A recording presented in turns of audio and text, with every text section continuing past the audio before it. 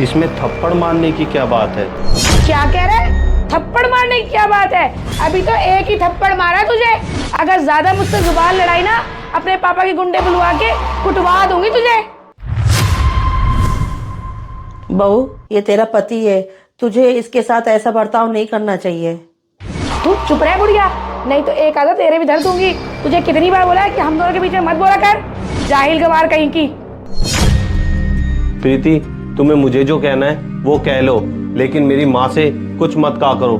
कम से कम इनकी उम्र का तो ख्याल करो।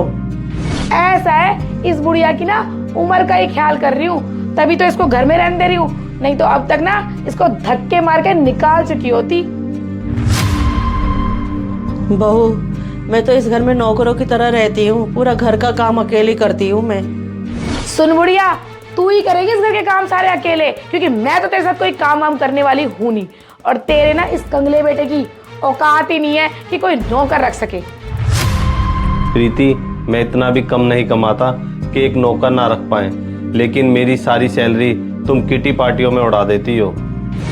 क्या बोल रहा है कि सारी सैलरी किट्टी पार्टी में उड़ा देती हूँ? ऐसे बोल रहे थे लाखों रुपए कमाता हो। पता नहीं कैसा कंगला और बोरिंग पति मेरे पल्ले पड़ गया है। ऑफिस से आके भी ना लैपटॉप पे काम करता रहता है। प्रीति, तुम्हारी ख्वाहिशें पूरी करने के लिए ऑफिस से आकर घर पर मैं पार्ट टाइम जॉब करता हूँ, और तुम ही तो कहती हो मुझे पैसा चाहिए, प्यार नहीं। हाँ बिल्कुल ठीक समझा तू, मुझे कोई प्यार व्यार नहीं चाहिए, मुझे सिर्फ पैसा चाहिए, पैसा। और तुम दोनों को मैंने कितनी बार बोला है वो गांव की जमीन बेच दो और मुझे 20 लाख रुपए दे दो, ताकि मैं बड़ी गाड़ी ले सकूं। बहू, गांव की जमीन पुरखों की जमीन है, उसे मैं नहीं बेच सकती, कल को तुम्हारे बच्चों के ही काम आएगी। क्या मेरे बच्चों के काम आएगी वो गांव की जमीन? तेरा ना दिमाग हिल गया है बुढ़िया, मेरे बच्चे उस सड़े से गांव में झांकेंगे भी नहीं। अब चुपचाप से उस गांव की जमीन को बेच और मुझे 20 लाख रुपए दे, ताकि मैं नई गाड़ी खरीद सकूं। नहीं नहीं, हम गांव की जमीन किसी भी कीमत पे नहीं बेच सकते, वो हमारे पुरखों की निशानी है। क्या बोला तू? तेरे पुरखों की निशानी है वो?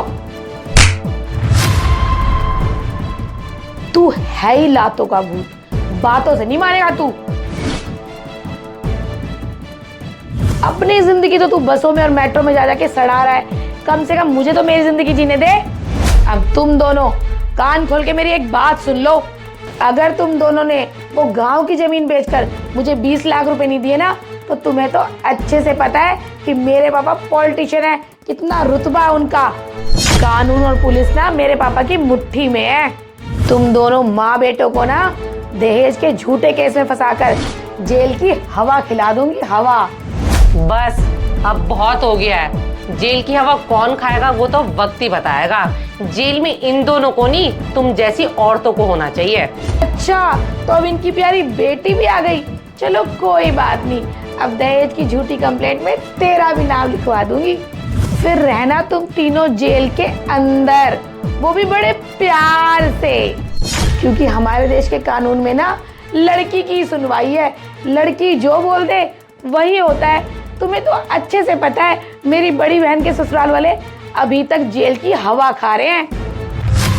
हमें बहुत अच्छे से पता है भाभी, आपके पॉलिटिशियन पापा ने अपने रुतबे का नाजायज फायदा उठाकर अपनी ही बेटी के ससुराल वालों को दहेज के केस में जेल पहुंचा दिया।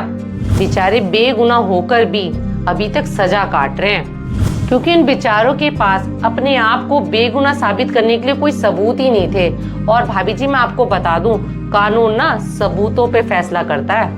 अरे जा, कोई कानून सबूतों पे फैसला नहीं करता, कानून सिर्फ पैसा और पावर देखता है। और मेरे पापा जहाँ खड़े हो जाएं, वहीं सामने वाले की हार हो जाती है।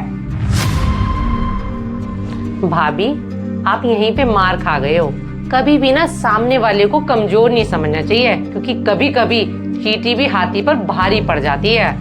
और घमंड तो अच्छों का सर्वनाश कर देता है। फिर आप और आपके पापा किस खेत की मूली हो। और भाभी, मम्मी ने मुझे सब कुछ बता दिया था कि आप अपने पॉलिटिशियन पापा की पावर की धोस दिखाकर मेरे भाई और मेरी मम्मी को टॉर्चर करती हो। भाभी, जितना आपने टॉर्चर करना था कर लिया, क्योंकि अब आपके पाप का घड़ा भर चुका है। आप क्या सोच रही थी आप जितने अत्याचार करोगी ये सहते जाएंगे? जब आपने भाई को थप्पड़ मारा था और मम्मी को झंझोड़ा था ना, मैंने आपकी बना ली थी वीडियो। अब ये वीडियो जाएगी सोशल मीडिया पर, आपको होगी जेल और आपके पापा की छिनेगी कुर्सी। बहन, ये तूने अच्छा किया जो इसके काले कारनामों की वीडियो बना ली। पहले दिन से इसने मम्मी को और मेरे को अपने पॉलिटिशियन पापा की दोस्त देकर बहुत टॉर्चर किया है। इसके अत्याचार मुझ पर और मम्मी पर दिन बढ़ते जा रहे थे। इसकी बड़ी बहन ने अपने पापा के रुतबे का फायदा उठाकर अपने ससुराल वालों को जेल भेज दिया है। हाँ बेटी, ये बार बार जेल भेजने की धमकी देती थी, इसीलिए इसकी डर की वजह से हम अत्याचार सहते थे। मम्मी, भाई, अब आप दोनों को किसी से भी घबराने की जरूरत नहीं है और ना किसी से डरने की जरूरत। अब जो आप दोनों चाहोगे ना वो होगा। भाई तू बता, तू क्या चाहता है? बहन, मुझे इस औरत से छुटकारा चाहिए, क्योंकि ऐसी औरत घर नहीं बसा सकती। मुझे इससे तलाक चाहिए। ठीक है भाई, अब सुन लिया या और भी कुछ सुनने को बाकी है? अब चुपचाप से ना अपना बैग पैक करो और अपने पॉलिटिशियन बाप के घर निकल जाओ। तलाक के पेपर तुम्हारे घर पहुंच जाएंगे।